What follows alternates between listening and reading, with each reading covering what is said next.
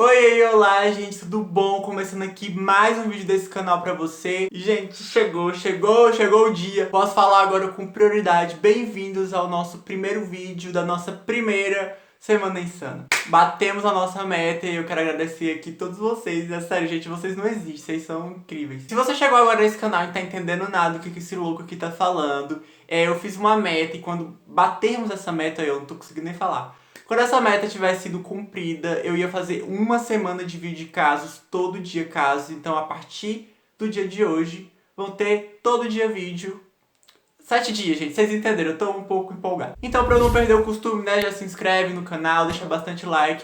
Comenta muito aqui, gente, que isso me ajuda demais no engajamento. E a frase do dia hoje é Semana Insana. Vai, comenta aí, Semana Insana, que eu vou dar um coração pra você. Me segue lá no Instagram também, que lá eu tô sempre falando de casos. E o YouTube nem sempre entrega meus vídeos e lá eu sempre falo quando tem vídeo novo. E é isso, já falei demais, aviso entregue, recado dado, vamos pro caso.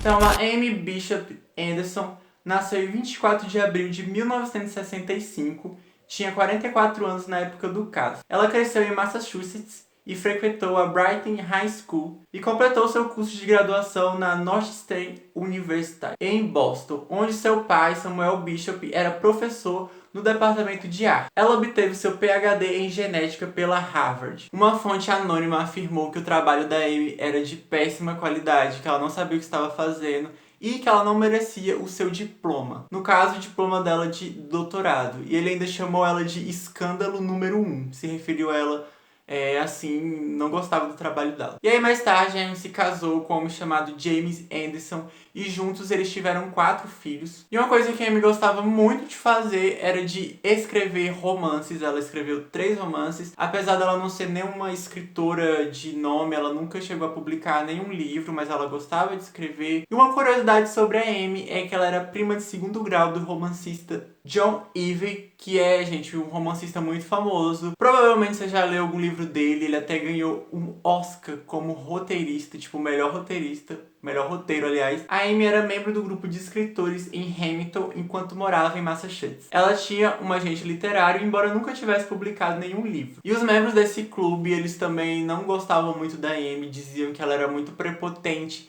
e que ela vivia se gabando e falando pra todo mundo que ela era prima desse tal romancista, e isso fazia ela ter uma certa prioridade em escrever, que ela tinha uma veia para escrever, porque, enfim, né, o primo dela era escritor famoso, então, assim, ela gostava bastante de falar disso, além de ficar toda hora se gabando, lembrando que ela tinha um diploma em Harvard, então era isso que as pessoas falavam dela. Outro membro descreveu a Amy como inteligente, mais abrasiva em suas interações, é como se ela sentisse que tivesse direito a elogios. Vários colegas expressaram preocupação com o comportamento da Amy. Ela foi descrita como sendo estranha e notavelmente louca. Um desses colegas era membro do comitê de revisão do mandato de Amy. E aí esse mandato dela foi negado. E aí quando ele foi negado, a Amy ficou sabendo que esse colega que trabalhava junto com ela se referia a ela como louca pelas costas para as outras pessoas. Ele nunca chamava pelo nome dela, sempre era como louca. E aí ela ficou muito zangada quando ela descobriu isso. E aí ela entrou com a queixa na Comissão de Oportunidades Iguais de Trabalho, alegando que o seu colega tinha discriminado ela sexualmente. Então ela fez uma denúncia sobre discriminação sexual, o que não tinha sentido nenhum, gente, porque não tem nada a ver. O garoto só disse que ela era louca e ela acusou ele de discriminação. O professor dela disse: essa mulher tem um padrão de comportamento errático, ela fazia coisas que não eram normais, ela estava fora de sintonia com a realidade. Então, no ano de 2003, a Amy entrou para o corpo docente do Departamento de Ciências Biológicas e Tecnologia da Universidade do Alabama, em Huntersville, Texas, como professora assistente, onde ela dava 5 cursos. E como professora dessa universidade não era diferente, a Amy também era extremamente impopular entre os alunos. Os alunos não gostavam muito dela e aí ela dispensava vários alunos pós-graduados, assim, expulsava mesmo, não tava nem aí, não gostava, tchau. Com ela as coisas funcionavam desse jeito. e muitos alunos também pediram transferência para outras turmas, porque, enfim, né, o jeito que a Amy via as coisas era um pouco complicado de lidar. Tanto que em 2009, vários alunos fizeram denúncias contra a Amy dizendo que ela era ineficaz em sala de aula e que ela tinha jeitos muito estranhos de dar as suas matérias. Então, dezenas de alunos fizeram uma petição assinada e enviaram ao chefe de departamento pedindo que eles dessem um jeito nessa situação ou que a Amy fosse transferida. E, enfim, eles enviaram essa denúncia, mas ela nunca deu em nada, nunca teve um resultado. A Amy continuou dando suas aulas normalmente. Então essa parte que eu vou contar pra vocês agora, eu simplifiquei ela, porque ela é bem complexa. Eu vou deixar um link aqui na descrição pra se você quiser entender melhor o que aconteceu. Mas, enfim, o contrato da Amy estava perto de acabar nessa universidade, então o contrato dela, ela foi avisada em março de 2009 que o contrato dela estava acabando e que só ia até o dia 1 de março de 2010. Eles decidiram não renovar o contrato da Amy. As razões não foram bem específicas, mas provavelmente por causa das reclamações, do comportamento dela. E é claro, gente, que ela não ficou nem um pouco satisfeita com isso. Ela queria continuar com seu emprego, dando suas aulas. Ela tentou conversar com eles, fez de tudo que ela podia para tentar recuperar o seu cargo, mas nenhuma das tentativas dela vingou, sabe? Não deu certo. Então, de março de 2009, chega o dia 12 de fevereiro de 2010, já tava assim, pertinho de acabar o contrato da Amy na escola, mas aí nesse dia 12 ela foi pra escola normalmente dar sua aula. Ela deu aulas de anatomia e neurociências nesse dia. Estava marcada uma reunião de professores do departamento de biologia, o qual a Amy também fazia parte. E a reunião era no terceiro andar da universidade. Então, na hora da reunião, já tinha acabado as aulas, tinha assim pouquíssimos alunos na universidade. Eram por volta das 3 horas da tarde. A Amy se dirigiu para o terceiro andar para participar dessa reunião. De acordo com testemunhas, tinha de 12 a 13 pessoas nessa reunião e era uma reunião de professores, assim, uma reunião normal. Toda universidade, toda escola, eu acredito que tenha reunião de professores para eles discutir as aulas e essas coisas da escola. Então eles sentaram numa mesa de vidro, que era uma mesa oval, e aí a Amy sentou e ficou calada lá, ouvindo toda a reunião. Ela não falou um A, gente. Ela tava, assim, aparentemente super tranquila. Ela ficou sentada durante uns 40 minutos. Então já era quase 4 horas da tarde, quando de repente a Amy se levantou de uma vez, sacou uma pistola Ruger P95 e começou a atirar em todo mundo. Ela atirou primeiro nos que estavam mais próximos dela, e os outros correram e tentaram se esconder atrás da mesa de vidro, mas não adiantou muita coisa. Nesse tiroteio, a Amy tirou a vida de 3 pessoas: Maria Hangland Davis, professora de biologia, Adriel Day Johnson, também professor de biologia, e Gobi Podila, que era presidente do departamento de biologia. E a Amy também feriu mais 3 pessoas, só que felizmente elas sobreviveram. E a maioria dos tiros que a Amy dava era mirando na cabeça. Ela acertou principalmente na cabeça das pessoas, o que era assim bem estranho, porque parecia que ela sabia atirar já há algum tempo. E aí a Amy apontou a pistola para a cabeça da sua até então melhor amiga de trabalho, que era Debra Moriarty. Ela que estava mais próxima, ela veio para tentar acalmar a Amy apontou a pistola para ela e puxou o gatilho. Só que felizmente nada aconteceu, porque a arma emperrou por falta de munição. E os sobreviventes escreveram que nessa hora a reação da Amy, assim, foi super estranha. Ela ficou muito zangada e aí do nada ela parou e ficou perplexa, sabe? Ela teve 2 reações espontâneas e simultâneas. E aí a Debra pediu pra que a Amy parasse com aquilo, que isso não ia levar em lugar nenhum, tentou acalmar ela, só que a Amy não deu ouvidos. Ela queria atirar em todo mundo, queria recarregar a arma.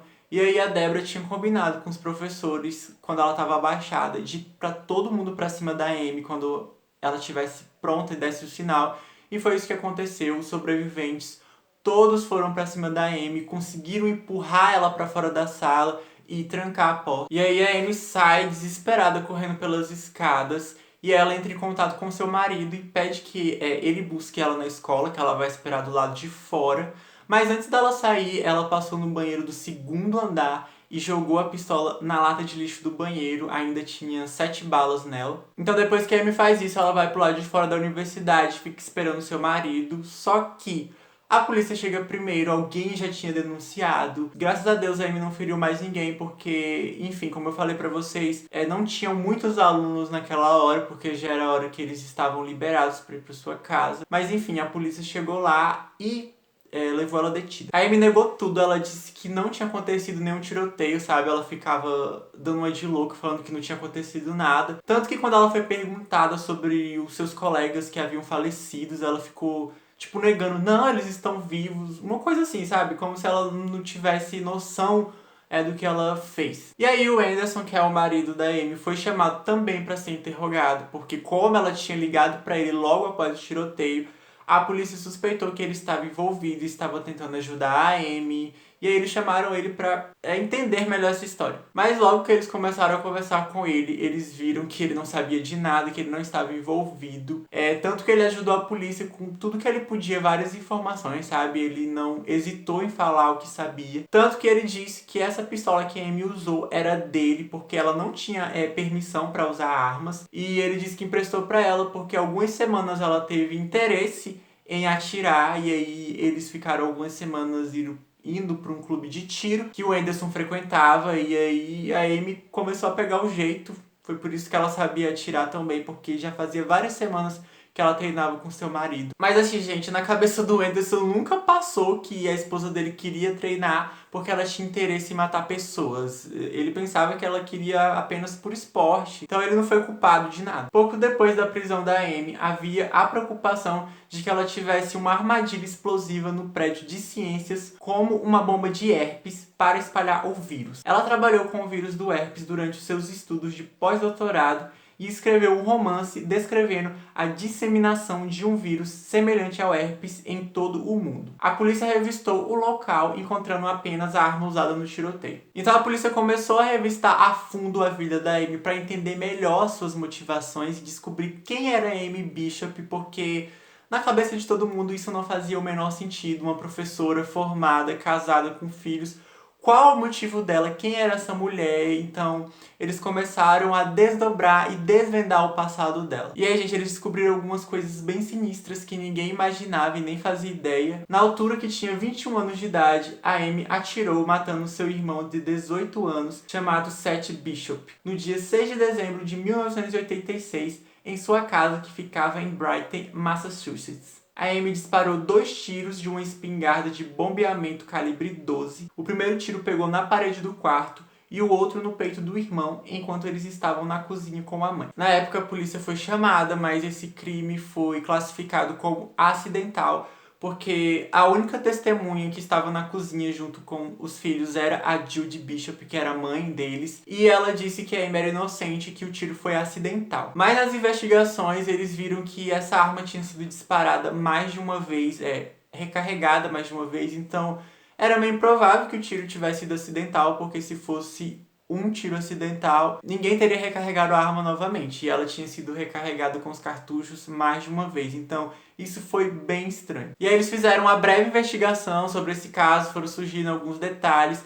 E a maioria incriminava a Amy, que ela era culpada sim. E aí eles juntaram tudo isso. Mas aí no ano de 1988, os registros detalhados do tiroteio desapareceram durante anos. Assim, gente, do nada, todos esses detalhes, essas provas sumiram. Durante anos, ficou desaparecido durante anos. Até que no dia 16 de fevereiro de 2010, funcionários da polícia de Brighton encontraram esses documentos que estavam perdidos. Nos documentos relatam que Amy havia levado a espingarda a uma concessionária de automóveis próxima e tentou ameaçar funcionários em troca de um carro para tentar fugir. Se isso tivesse sido usado contra ela na época, ela poderia ter sido acusada de agressão com arma perigosa, porte de arma perigosa e porte ilegal de munição. E aí, no dia 1º de março de 2010, o ex-detetive da polícia do estado de Massachusetts, Brian Horry, afirmou que a polícia de Brighton nunca informou que Amy teria abordado funcionários de uma concessionária sobre a mira de uma arma, ou disse que solicitou repetidamente os relatórios dos incidentes de 6 de dezembro à polícia de Brighton,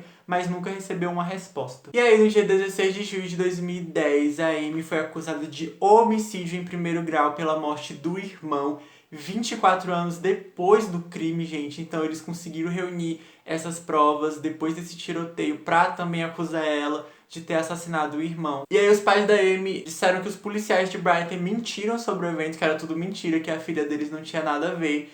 Eles escreveram uma carta. Não podemos explicar ou mesmo entender o que aconteceu no Alabama. No entanto, sabemos o que aconteceu 23 anos atrás com o nosso filho Seth. Foi um acidente. Então que loucura, né? A gente tinha essa história do passado da Amy e como se isso não fosse ruim por si só, ainda tinha mais coisas, sabe? Não parava de aparecer informações. De acordo com os investigadores, Amy e seu marido James Anderson eram suspeitos de um caso de uma carta-bomba em 1993. Paul Rosenberg, professor em Harvard e médico em um hospital de Boston, recebeu um pacote contendo 2 bombas tubulares que não explodiram. O Rosenberg era professor da Amy no laboratório de neurobiologia, eles trabalhavam juntos, ela era sua assistente.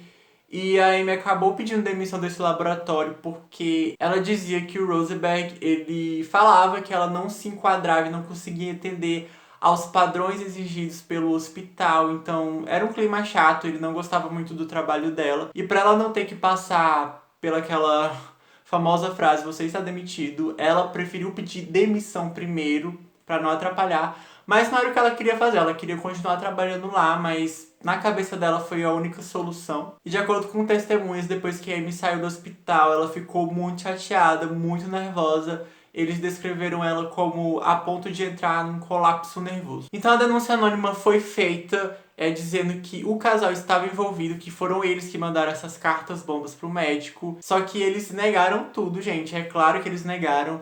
O Anderson, marido da Amy, até disse que ele nunca nem tinha visto esse médico, ele viu poucas vezes. Ele disse que se ele estivesse num bar e esse médico entrasse, ele não reconheceria e que ele não tinha motivos pra fazer isso. Mas mesmo assim, a polícia seguiu as investigações, principalmente em cima do casal, porque eles eram os principais suspeitos, porque não tinha quase evidência nenhuma. O que tinha mais foi essa denúncia anônima. E aí teve um certo ponto dessa investigação que a polícia quis entrar e investigar a casa deles, só que eles negaram ajudar a polícia, negaram abrir as portas da casa. E aí o caso foi encerrado por falta de evidências. A promotora federal-chefe em Boston na época, Carmen Ortiz, revisou o caso após o tiroteio em Huntersville.